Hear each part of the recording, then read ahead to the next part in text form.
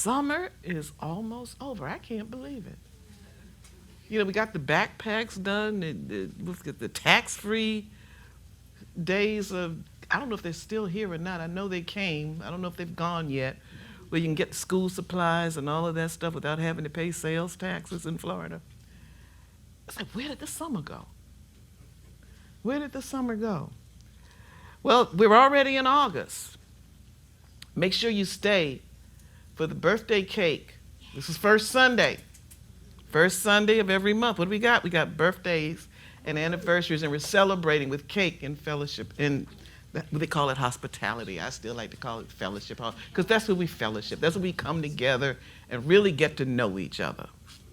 So if you're new here, if you're close by and you're watching this online and you're close enough, get on over here after service and share some.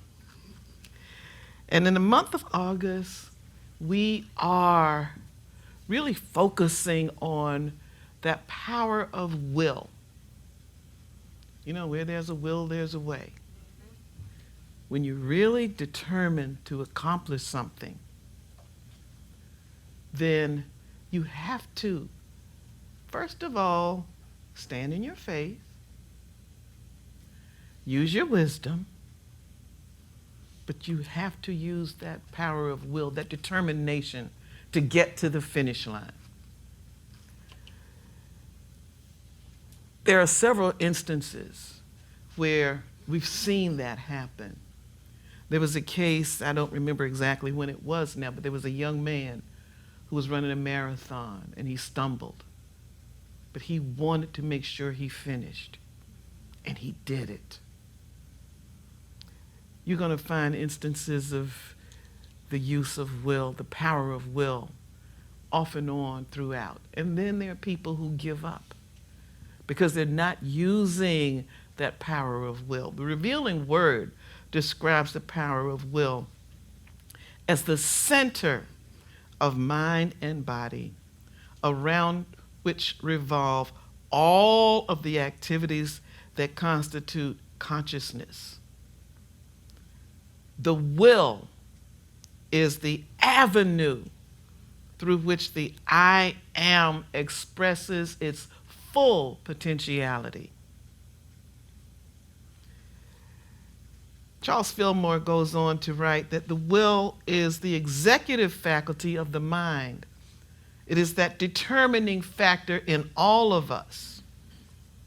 For what we will or decree comes to pass through our faith and through our energy.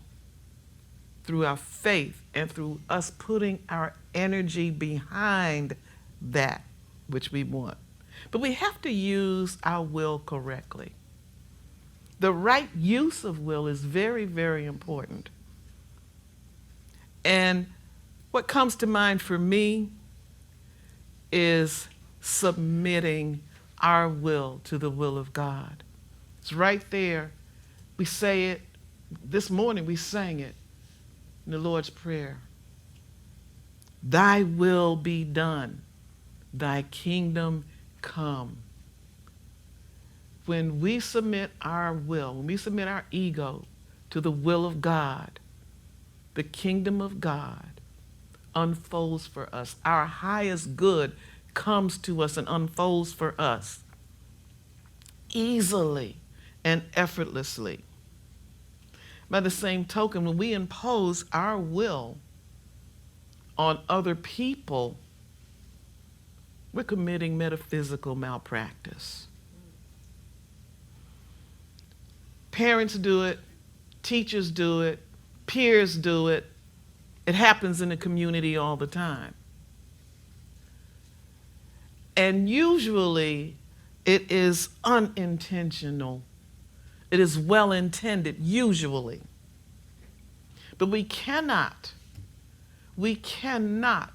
control what another person is destined to be and to do. I remember when my son was in his teens and I was bemoaning to one of my very best friends some of the decisions he was making. and I was snapped back into reality. Had started studying unity and unity principles and teachings, but I wasn't there yet. I was really kind of new to unity at that time. I actually tell people sometimes if it wasn't for my son, I wouldn't be in unity because there was some awakening that was happening within me. Teenagers will do that to you if you haven't raised a kid. But she said this to me, and it settled me down and made me realize I've got to stop imposing my will on this kid. Because what she said was, he has to follow his own path. You know, just because I had decided that he would go to this high school that specialized in, you know, the AP program and talented and gifted. I mean, he wasn't a dummy. He is still an intelligent man, but he was a quite intelligent child. And I had a path laid out for him where he would go to this talented and gifted program in high school.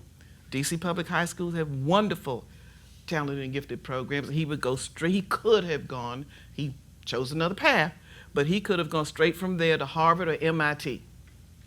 Well, that was the path I had him on, but that was not the path that he was supposed to follow.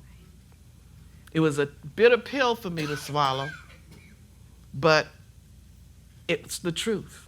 It was his truth. It was his path. I had no business demanding that he follow the path I wanted him to follow. And a lot of times when people chart these paths and impose their will upon other people, it's fear-based. I think I shared with you before that my parents basically channeled my brother and I to follow a path and get degrees in fields that neither one of us really worked in or paid a lot of attention to. But that was because of their experiences of having grown up through the Great Depression. And they did not want my brother and I to have to go through what they had endured. And they didn't want us to come back home to them. The right to make our own choices is a precious right. We grow when we have the freedom to decide for ourselves our own paths and determine what makes us happy. I truly believe that some of the challenges that people deal with substance abuse is because they were subjected to, rightly or wrongly, but other people's wills were forced upon them. And I cannot help but think about a very tragic incident that took place, and I think it was Nashville, I know it was Tennessee, where a transgender woman went into a school, the same school where she was discouraged from being her true self. And I cannot help but believe that if someone, even one person in that child's life had nurtured the child that she was when she was still a child and acknowledged that she was not a he, that incident may not have occurred. People who see what they want to see as opposed to the truth of who others are committing metaphysical malpractice. It's as simple as that. The emotional trauma that is brought upon people who are not given space to be their true selves, the damage is sometimes incalculable. There are those who are inclined to try and control others, and they may be driven by insecurity, by fear, or just the need for power, have power over other individuals.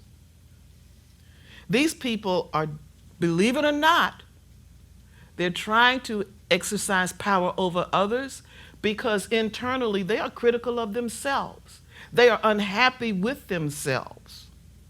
And their underlying nature is one of unhappiness, dissatisfaction with themselves, displeasure with who and what they are. So we open up and see who we are inside. And it's very easy then to let go of the desire to control and impose our will on others. Like I said, when my friend told me that, just very simple, he has to follow his own path, it was like, bam, I should have known that. I had encouraged him up to that point, follow your heart. Do what it is in your heart as long as you don't hurt anybody else. And that was fine until his heart told him to do something I didn't want him to do. It was absolutely fine. We got along great. I used to tell him, if you would clean your room, you'd be a perfect kid. You'd be absolutely perfect. All I have to do is clean your room.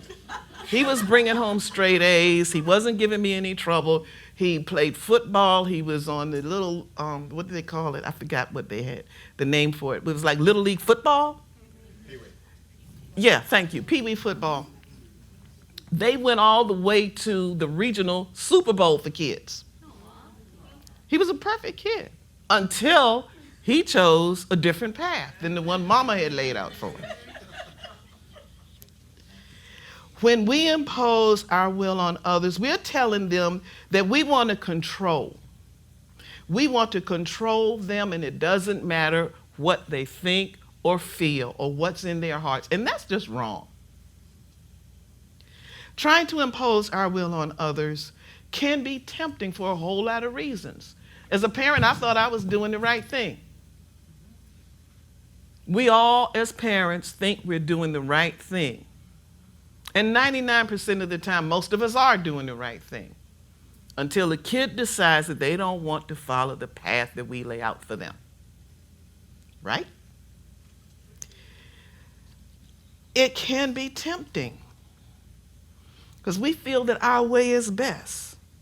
We feel that we know what's best, not only for our children, for our partners, our spouses.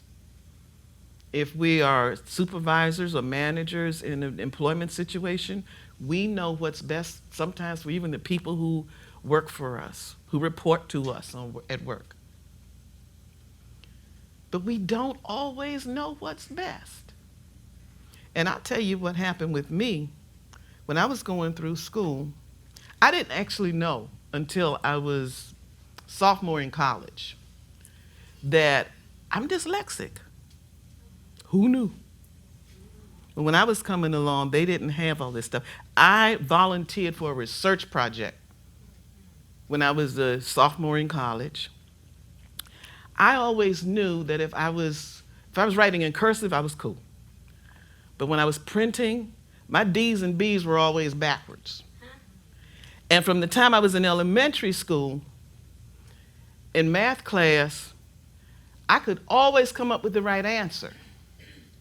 But I never was able to do the math problems the way the teacher told me to do it. And algebra literally kicked my you-know-what. I could give the teachers the right answers. I could not do it the way they told me to do it. They had no choice but to pass me. But I passed every math class with C's and D's. And if it wasn't for my first ex-husband, my son's father, because we went to college together, I would have never passed calculus because that was just, it was just horrific. I can do math. I cannot do it the way everybody else does it. I can come up with the right answers. And the real frightening thing for me was I took a part-time teaching job, at a business college up in Maryland in the 80s, and they assigned me to teach an accounting class.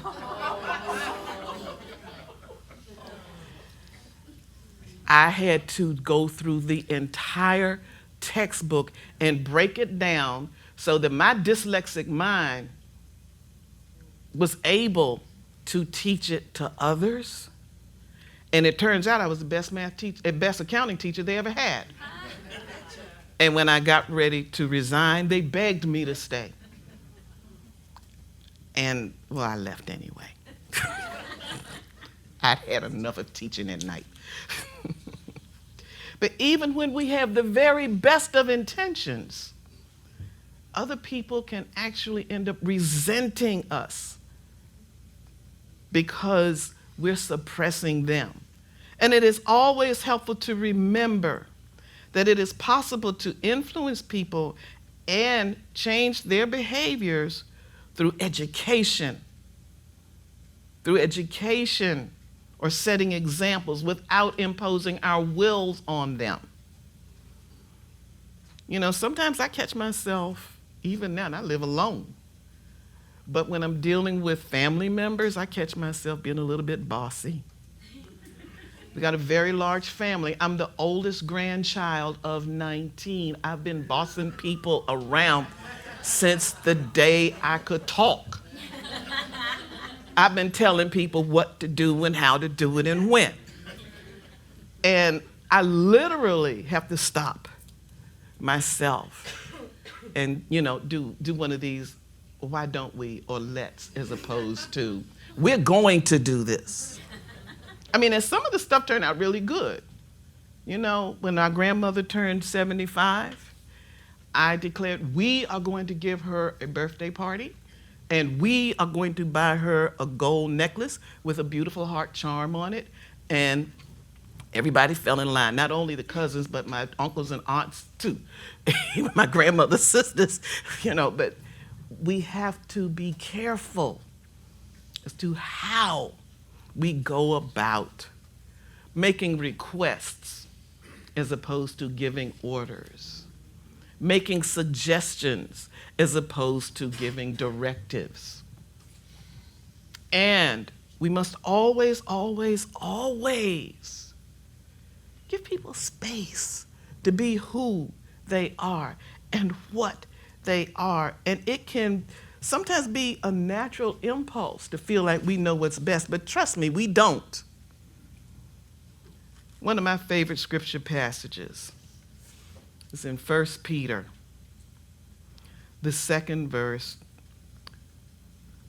chapter, 15th verse. And this is the English Standard Version. This is the will of God, that by doing good you should put to silence the ignorance of foolish people. Foolish people, because that's what you are when you start imposing your will and giving directives and ordering people around. Yeah, I know that goes contrary to the military teaches sometimes. However, a directive and an order that imposes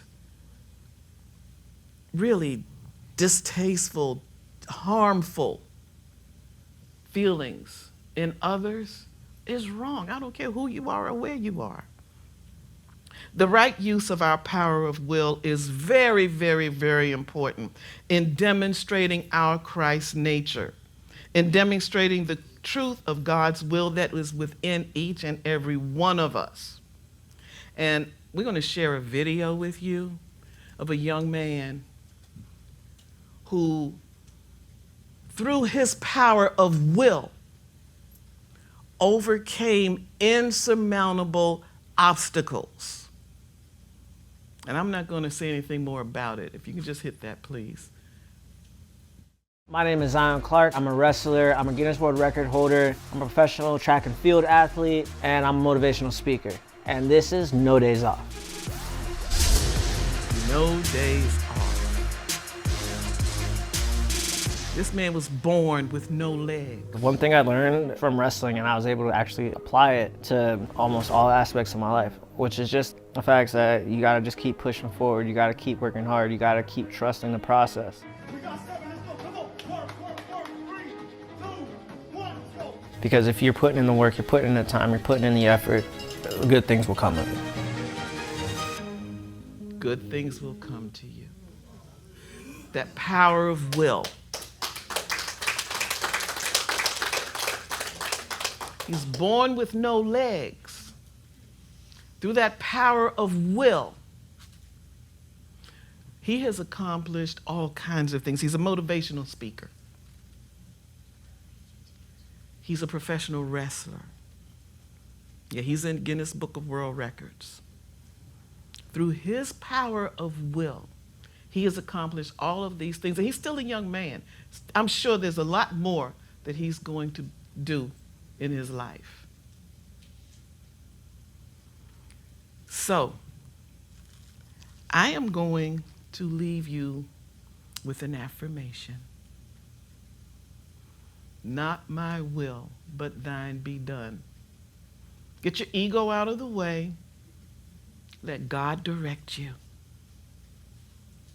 And every time you start feeling like you want to control someone else, control a situation, when you see outcomes that you don't think you want to see, say this. Say it out loud right now. Not my will, but thine be done. Let go and let God. Take your hands off the steering wheel and let God drive the car. And through your power of will, you can accomplish wonderful, great things. God bless you.